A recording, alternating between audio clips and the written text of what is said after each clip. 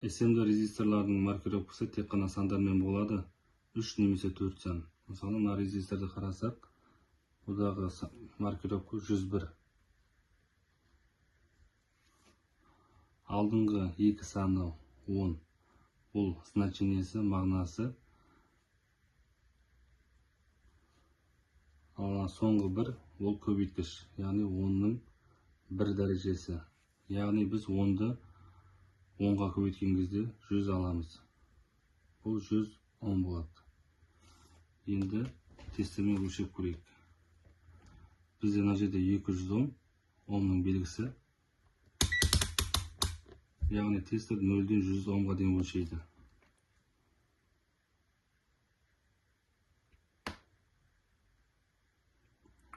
101-де 7-6 ом. Келесі SMD резисторымыз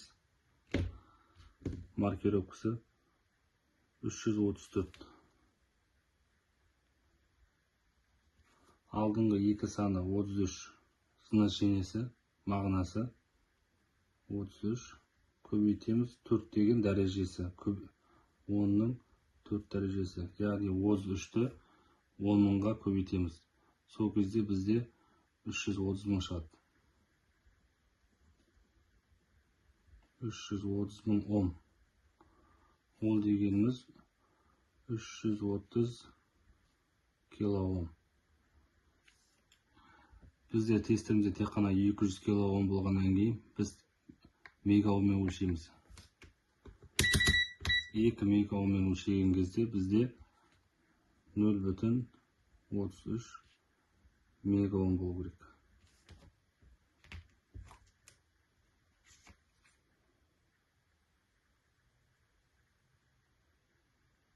0,32 мегаом.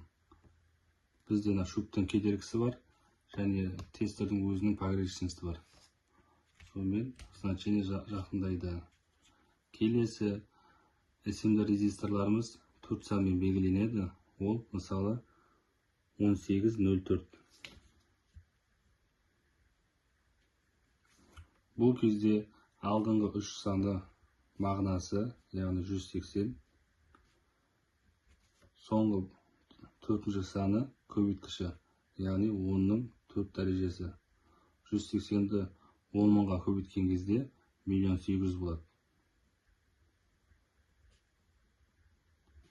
1.810 мың бізде 1810 килоом болады. Ол дегеніміз 1,8 мегаом болады.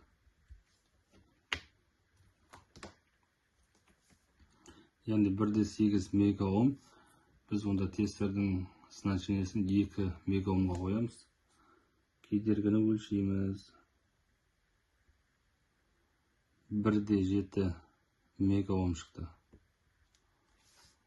Енді соңғы резисторымыздың значениесі 3303.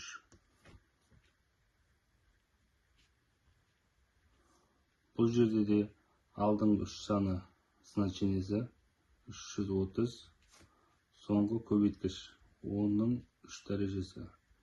Яғни 330-ді біз 1000-ға көбейткен кезде 330 мың болады. 330 мың ом. Ол дегеніміз 330 килоом. Бізде мына жерде 200 килоом максимум. Енді біз оны 2 мегаоммен өлшейміз. Сонда 330 бізде 0,133 мегаом болады.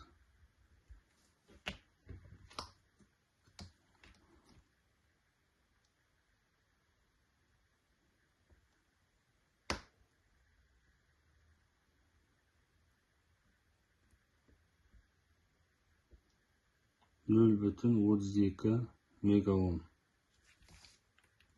Енді бір айтып кететін нюансымыз.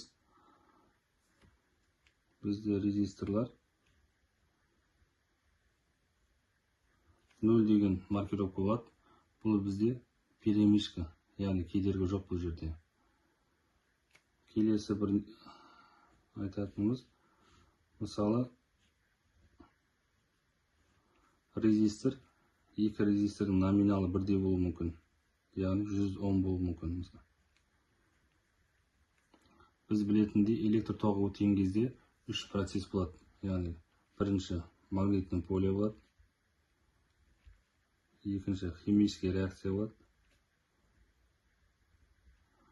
үшінші нагревание болады. Тоқтардың. Резистордан электр тоғы өткен кезде бұл резистор қызады. Сол кезде бұл резистор өзінің көлеміне байланысты жылуды таратады. Яғни кейбір приборларда біз көргеніміздей, мысалы транзисторлардың артында радиатор болады. Яғни ол салқындатып тұрады. Сол үшін резисторды таңдаған кезде, мысалы, екі бірдей номинал бар, бірақ бұлардың көлемі әртүрлі. Сондықтан тек қана кедергісіне қарамай, резисторлардың көлеміне де қарау керек. Қандай көлем шешіп алсаңыз, дәл сондай көлемдегі резисторды орнына қоюыңыз керек.